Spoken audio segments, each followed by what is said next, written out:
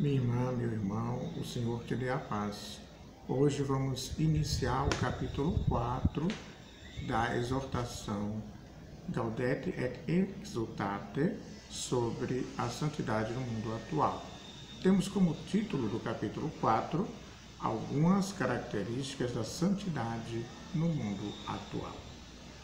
Neste grande quadro de santidade que as bem-aventuranças de Mateus 25, 31 a 46 nos propõem, o Papa diz que gostaria de recolher algumas características ou traços espirituais que, a meu ver, são indispensáveis para compreender o estilo de vida a que o Senhor nos chama.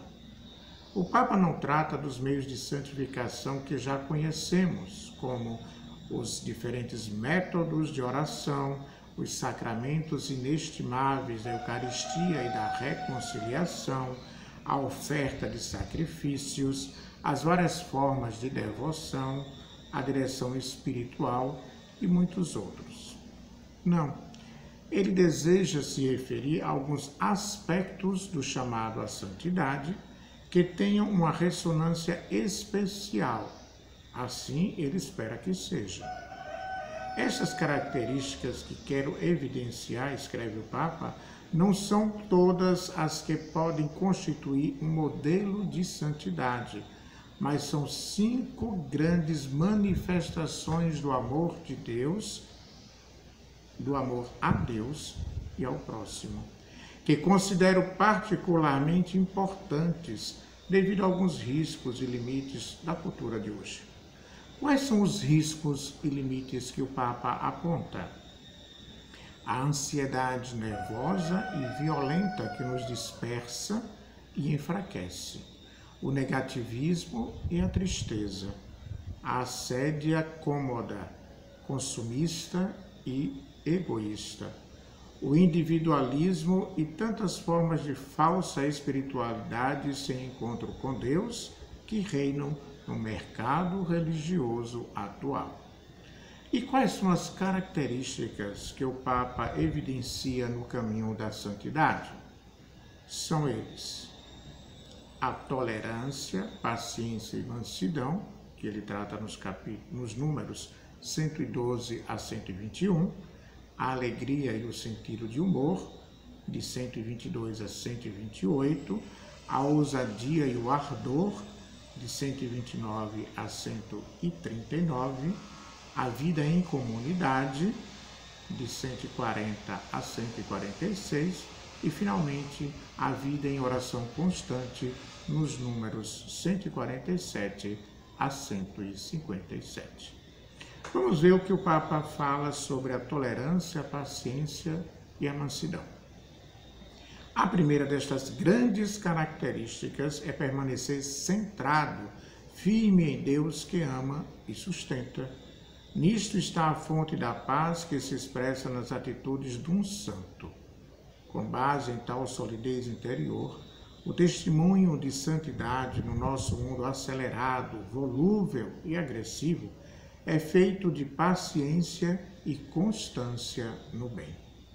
É a fidelidade do amor, pois quem se apoia em Deus também pode ser fiel aos irmãos, não os abandonando nos momentos difíceis, nem se deixando levar pela própria ansiedade, mas mantendo-se ao lado dos outros, mesmo quando isso não lhe proporcione qualquer satisfação imediata. São Paulo convidava os cristãos de Roma a não pagar a ninguém o mal com o mal. Carta aos Romanos 12, 17. A não fazer-se justiça por conta própria, 12, 19. Nem a deixar-se vencer pelo mal, mas vencer o mal com o bem, Romanos 12, 21.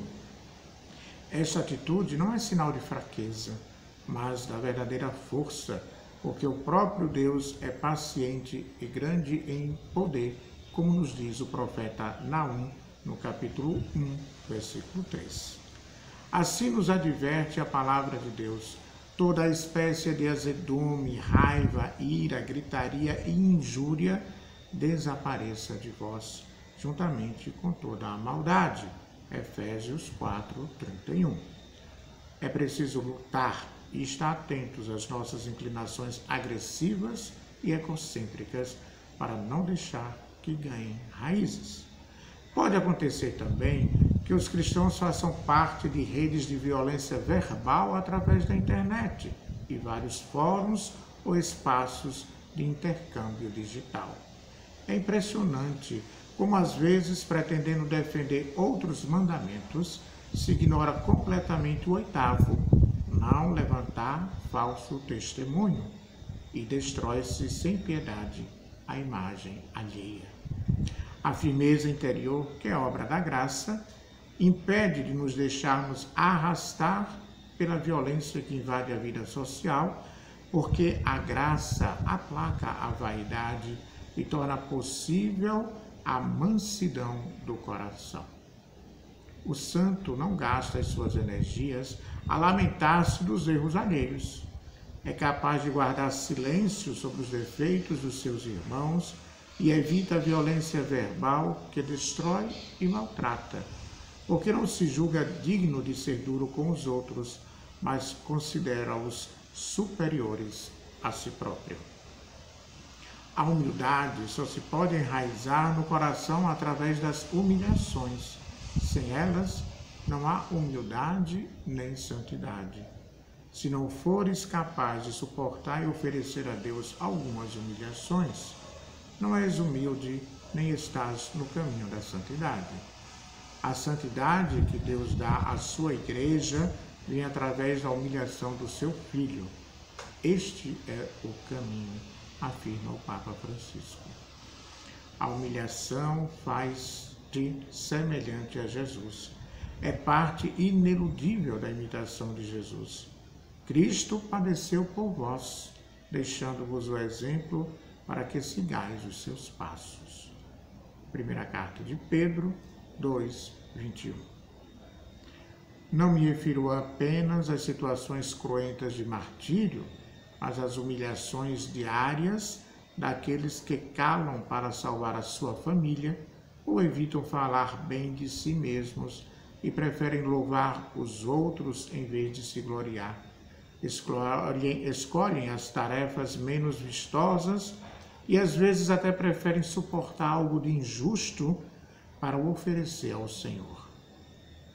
Se fazendo o bem, sofreis com paciência, isso é uma coisa meritória diante de Deus. Primeira carta de Pedro 2:20. Não digo que a humilhação seja algo de agradável, porque isso seria masoquismo, continua o Papa, mas que se trata de um caminho para imitar Jesus e crescer na união com Ele. Isto não é compreensível no plano natural e o mundo ridiculariza semelhante proposta. É uma graça que precisamos implorar. Senhor, quando chegarem as humilhações, ajuda-me a sentir que estou seguindo atrás de Ti, no Teu caminho. Esta atitude pressupõe um coração pacificado por Cristo, liberto daquela agressividade que brota de um ego demasiado grande.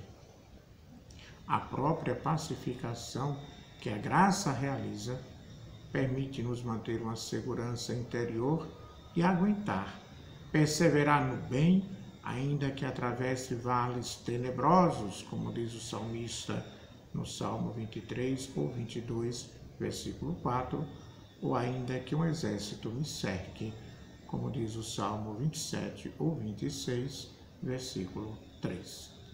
Até o próximo encontro.